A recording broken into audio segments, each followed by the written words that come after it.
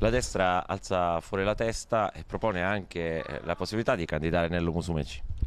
Ma guardi, il discorso ancora è molto prematuro. Il nome di Nello Musumeci è stato fatto in quest'ultimo periodo, ma non certamente dal nostro partito, ma da altre persone, da pezzi del centrodestra che certamente hanno voluto tributare un omaggio alla capacità, alla serietà, all'onestà di Nello Musumeci. Quindi ci sono state così delle proposte, ma nulla di concreto, cioè dei discorsi soltanto a livello giornalistico. Noi crediamo che è necessario che in Sicilia si ristrutturi un centrodestra organico, perché in questo momento la situazione è molto magmatica, c'è una sorta di scomposizione all'interno del centrodestra, soprattutto a livello del PDL, e ci saranno indubbiamente delle nuove ricomposizioni. Quindi ancora è prematuro parlare di nomi, anche perché da certe notizie attinte così un po' informali non è sicuro al 100% le dimissioni di Lombardo